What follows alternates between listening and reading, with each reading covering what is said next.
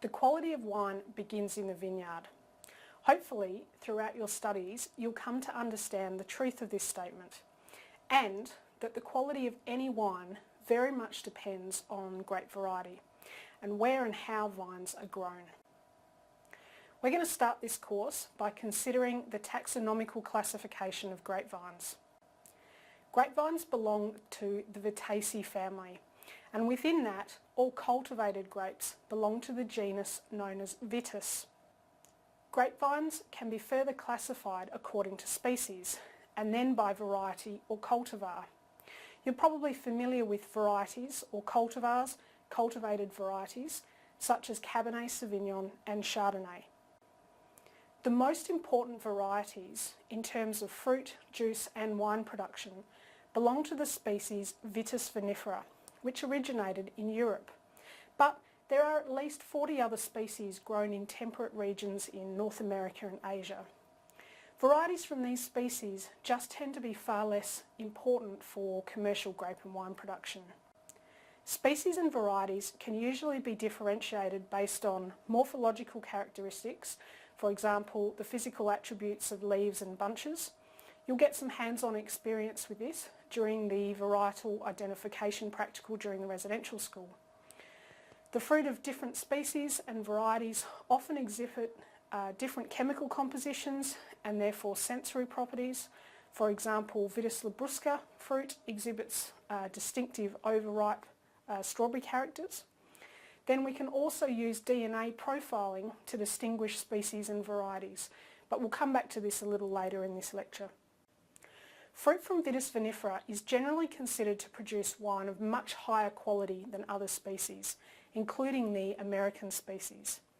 In North America, fruit from Vitis labrusca and hybrids of Vitis labrusca and Vitis vinifera, known as the American hybrids, are used for wine, table grapes, juice and jams.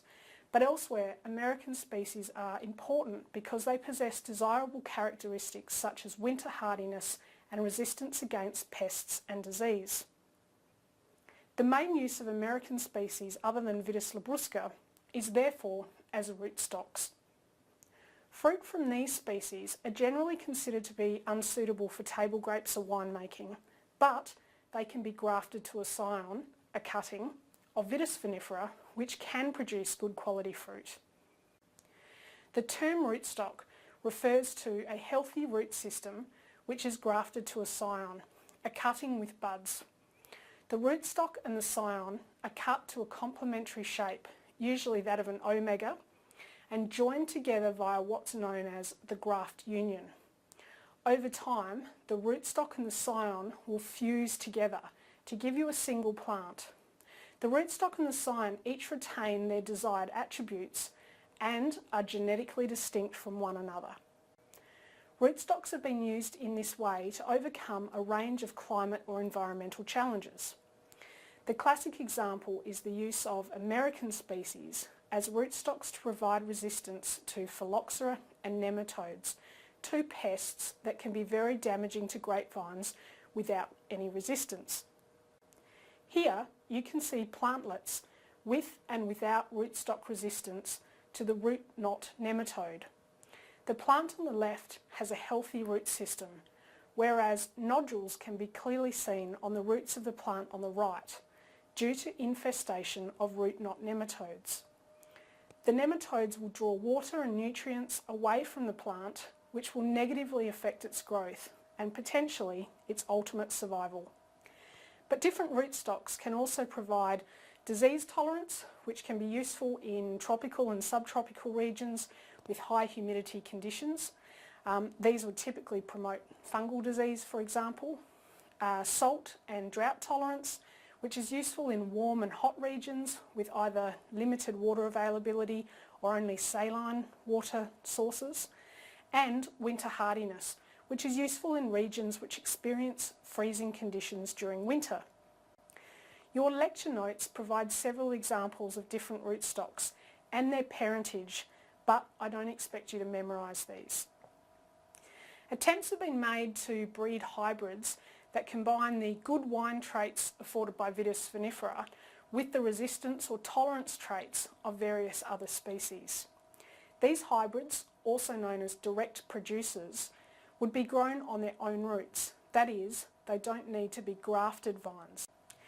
Early hybrids had one or the other, but not both traits. But some of the modern French hybrids have been quite successful. Chambourcin might be one you've seen in production in Australia. Even some of the less successful hybrids, though, have still been important for the production of low to moderate quality French wine. It's important to remember that some varieties go by different names in different parts of the world. Australian Shiraz, which is known as Syrah elsewhere in the world, is a good example. Unlike many other horticultural crops for which new varieties are being bred all the time, most grape varieties are typically centuries old.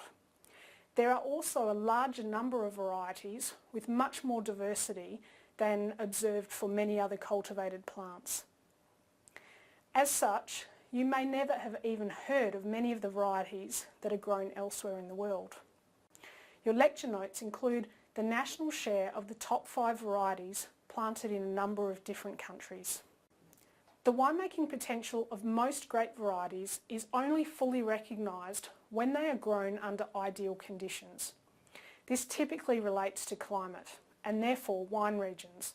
So if I ask you which variety you'd most likely associate with the Clare Valley, you'll probably think Riesling.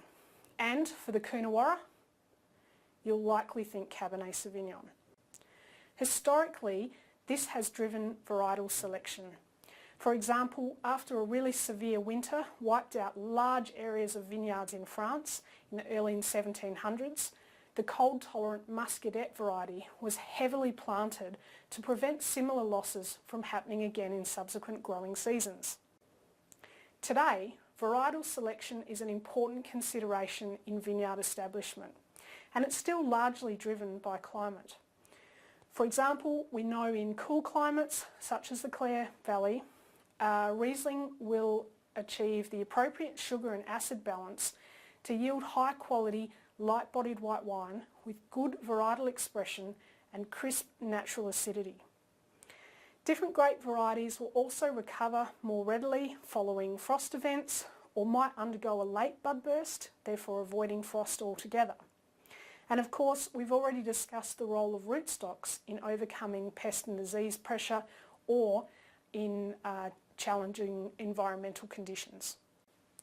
Other factors that might influence varietal selection include return per hectare. So the production costs of some varieties are higher than others.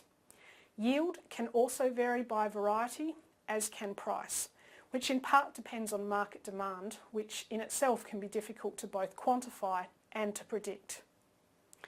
Varietal selection is therefore complex, but obviously it underpins economic performance. Correct identification of both species and variety is therefore important too. First and foremost, there are legal requirements for identifying grape variety on wine bottle labels. In Old World countries, appellation laws govern the varieties that can be planted in certain regions, but this doesn't apply to Australian producers. The price paid for fruit from different varieties can vary considerably. Importantly, we also need to ensure the correct application of species and/or varieties for particular situations. So, for example, if you were establishing a new vineyard in a phylloxera-infested wine region, you'd want to be pretty sure your rootstock carried phylloxera resistance instead of winter hardiness or drought tolerance. Finally, we need to ensure the appropriate use of different grape varieties. So back in the day, Barossa Valley Chenin Blanc was apparently used to make a fairly average fortified wine.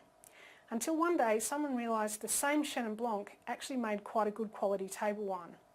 So this is an example of what we mean by grapes for purpose. As I mentioned earlier, there are a number of methods available to us for species and varietal identification. DNA analysis is by far the most accurate, but it's also slow and it can be prohibitively expensive. You also need to have access to a database against which you can compare your results. But DNA profiling has been used to confirm relationships between varieties. For example, the fact that Cabernet Sauvignon is a natural hybrid of Cabernet Franc and Sauvignon Blanc. The more traditional method, ampelography, or the science of grapevine identification, is a skill that can be learned and involves identification based on grapevine morphology. There are more than 100 morphological characters that can be used for identification, but obviously some of these can only be assessed at certain times of the growing season. Often multiple characteristics will be assessed together to account for the inheritable natural variability that can occur. For example, compare the shape and size of leaves and bunches from Chardonnay and Cabernet Sauvignon vines. The Chardonnay bunch is quite compact, whereas the Cabernet Sauvignon bunch is loose. Differences in leaf shape are more obvious. You can see the Cabernet leaf has distinctive lobes, whereas the Chardonnay leaf does not. Here, you can see young shoots from Pinot Noir and Pinot Meunier vines. You might just be able to make out a faint white fuzz on the surface of the Pinot Meunier leaves, whereas the Pinot Noir leaves are smooth and waxy. It's a little more obvious in this example of Merlot and Cabernet Franc. Here are two red grape bunches. They're obviously quite different in shape. One is very loose, whereas the other is compact. So would you expect these to be from the same or different grape varieties? You might be surprised to learn both are bunches of Pinot Noir, but they come from grapevines of different clones.